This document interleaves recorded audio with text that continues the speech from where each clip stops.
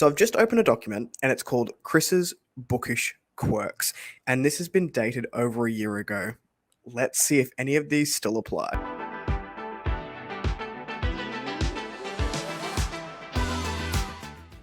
Hello everyone, welcome back to A Fictional Escapist. My name is Kris, and today's video is the Kris's Bookish Quirks, and maybe they're still quirks video. I don't know what to call this.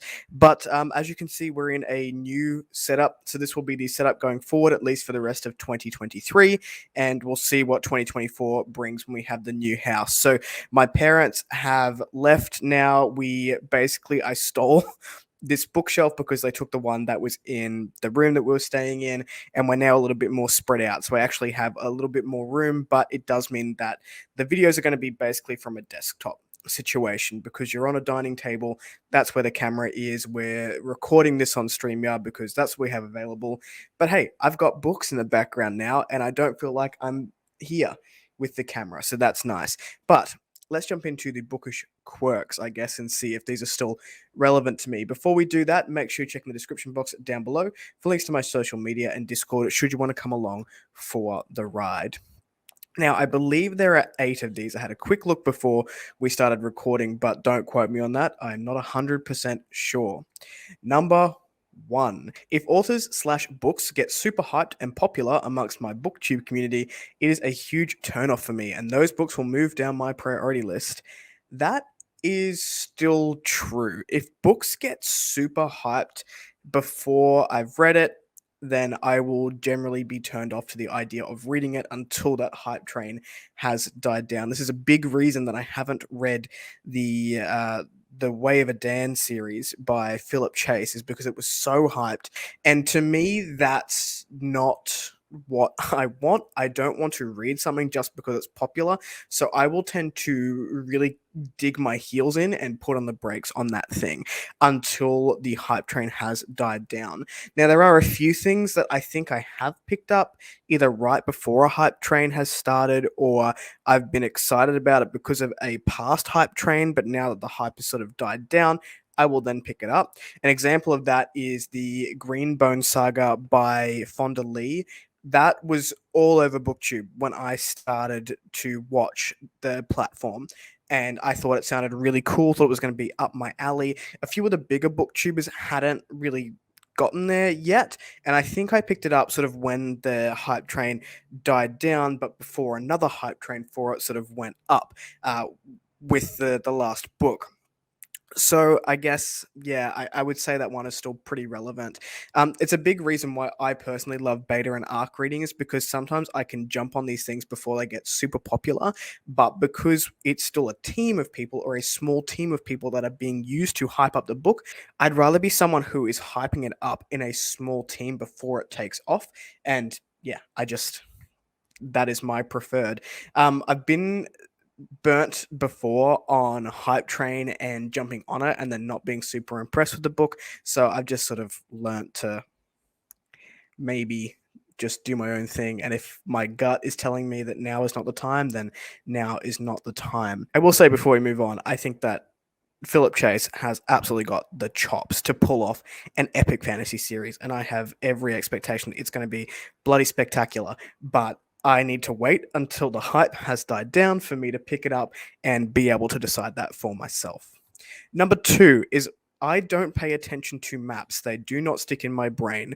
I love inner book traveling and experiencing the lands through world building and terrain, but I have no concept of where we are at any given time outside of the names. This is 100% correct. I'm not a map person. If there is a map in the front of your book, I am so sorry. I've probably glanced at it and just lost it. I don't flip back to the map to be like, oh, we're now here. I don't, my brain, doesn't care. I would rather experience your world on foot, by horse, by boat, by airship, and create that picture for myself. And I think that's one of the reasons that I love world building so much, is because I can create that picture in my head. Whereas if I'm looking for a map, it's just sort of visual, and I'm like, cool picture. Sometimes there's some really cool drawings. There are some stunning maps and map additions that exist in this world, but I will look at the picture for picture's sake and really not take too much in on that map itself. It's like when special editions come with like huge maps you can print it on the wall. I don't want to look at a map. I know lots of people love them, but I am not one of those. Number 3 says, on the flip side of that, and I guess it could be kind of an oxymoron that I love this, but not maps, is that I love glossaries and footnotes. That's also true. I do love glossaries and I do love footnotes that explain the world or explain things that are happening in the story in more detail if needed. So there's a good example of this with the Fallen Light series by H.C. Newell. She has footnotes in at least the first book I read. I read one on e-copy and it had footnotes and you could click the little asterisk and it would open up. I read every single one of those and I absolutely loved it. I also love glossaries. So if we have a huge cast of names, if we've got a huge cast of locations, or there's a glossary of different magic systems, I will flick back and forth. So what I don't do in maps, I will absolutely do for a glossary, where I will go through and look at the information about a certain species or the relationship and the family tree between people. And that really does excite me. I don't know if that's come across clearly, that I love glossaries and I do love footnotes. Number 4, overuse of this and that irks me so very much. Yes, it does. There has to be other ways to say this and that without saying this and that.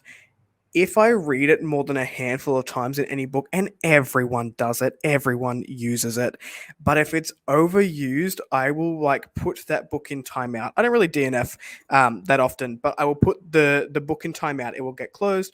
I will like pinch the brow of my nose and need a minute before I pick that book up. And sometimes it's fun to like read how often it comes up and how many times we're doing this and that.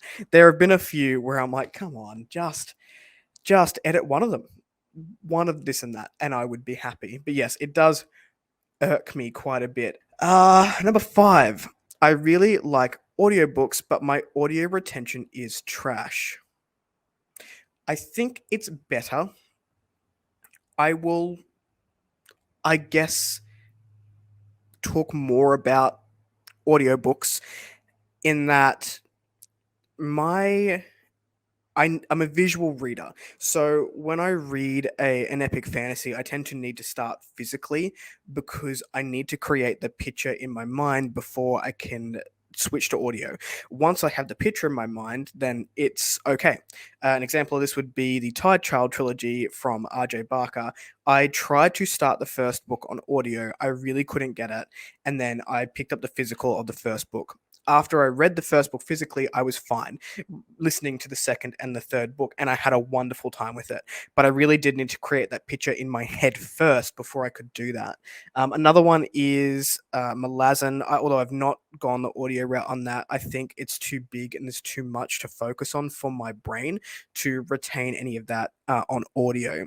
I have been able to do the first 2 Wheel of Time books on audio, but that is because I watched the show first. And even though, yes, there are lots of differences, I'm told from people who love the books more, there was a picture. There was already a picture in my mind, so I could grasp it better. I will say this is different for sci-fi. So sci-fi, I actually prefer to consume on audio, and that is the same with like thrillers. If I ever pick up a mystery or a thriller, I prefer to do that on audio. Historical fiction, books just set in the past with sort of a more flowery prose classics, I prefer to do on audio, and I can retain it much better than if I'm reading it physically. And I'm not sure why that is. Maybe somebody does know the science behind it, but I definitely found that when I was reading or listening to Dracula and Frankenstein last October, the audio worked a lot better for me because of the prose and the style of it. I was able to retain a lot more via audio. So I would say that I'm sort of this one is sort of relevant, certainly for fantasy, but also I think it has gotten better. The next one, what are we up to? 6, 7, I'm not sure. I need silence to read. I struggle with focus if I have anything else going on in the background. This is true. If there is too much noise happening around me, I cannot concentrate. If someone is doing something in the same room as I am, it has to be with headphones on. Otherwise, I will not concentrate. I will start concentrating on whatever that person is doing. I'm the same when I write. So if I am writing, I cannot have background noise. I know a lot of people like listening to like focus tracks. It does not work for me. It takes me out of the zone and I cannot do it. Number 7, I'm not a DNFer of books. Oh, we sort of touched upon this one. There is only one book in the last few years that I can think of that I've DNF'd, and I wasn't really vibing with it at all. I can DNF a series after I finish a book I didn't enjoy, but if I picked up a book to start, I will generally finish it. That's still correct. I am not a DNFer. I will generally not struggle. I haven't picked up anything recently over the last years that I haven't liked enough to not finish it. But generally, if I'm over 50% the way through a book and maybe it's not vibing with me, I will still read it, particularly if it is indie, because this platform is to review indie books. And I just want to make sure that I might be picking up on something that somebody else might like. The only one that I haven't, the book I think was the Book of Accidents or something by Chuck Wendig. I'll put a picture of it over here. That is the last book that I remember DNFing, and it just was doing nothing for me. I like horror. I'm not a huge fan of haunted house horror, and a lot of it seems to be situated around haunted houses. I like that visually much more than written form. So, yeah, it really didn't work for me. I'm interested in reading Shirley Jackson, though, to see if that works for me before I watch that TV adaptation.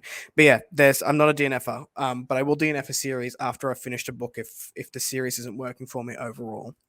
The last one that I have is I cannot marathon a series. I need to be consistently stimulated by new things. I like splitting series over months, i.e., reading a trilogy over 3 months, because I have other things and other stories to occupy my mind at the same time. That was a lot of text for a video. That's true. I can't marathon a series. I am not a binger. I never have been. Some would argue that I have commitment issues when it comes to series, whether it be television or books or even like snacks. I'll just open a packet of what I want, eat a handful, and forget it exists. It is dead to me after that time because I just don't want to complete it. I've actually not tried to read a series in sort of a consecutive sitting in a long time, because this is something I realized when I was much younger. I need something else. I can't sit with the same set of characters for 4 to 5 books on in a row. I need something else to be able to, I guess, jolt what I'm doing. And I think that's a tip that comes across when people sort of say how to read more is occasionally jump out of that comfort zone or jump out of what you're reading, switch up genre, switch up stories, and you'll be able to read more. And I've definitely found that does work for me. I'm going to add one in because I've just rearranged these shelves, and you can see a lot more of them behind me. I don't normally have them on the shelves. I have the nice pretty books, but my preferred book to read is a beat up secondhand paperback. People do not like this. I'm upsetting people right now. I love secondhand books. I prefer my books not to look pristine. If they do look pristine, they're usually like collector's editions or stuff that I've bought for art. But if I'm going to pick up a book to read, and my preferred is something beat up, that's got a broken spine, that's been pre-loved, because it's just easy to read. And now that I've annoyed everyone, that's the end of the quirks. I guess most of those still apply, and I've been meaning to make this video for a year apparently. So there we have it. Let me know what some of your bookish quirks are down in the comments below. If you like the content, give it one of those. If you want to see more of it, click subscribe at your will, and I will catch you in the next video. Ciao.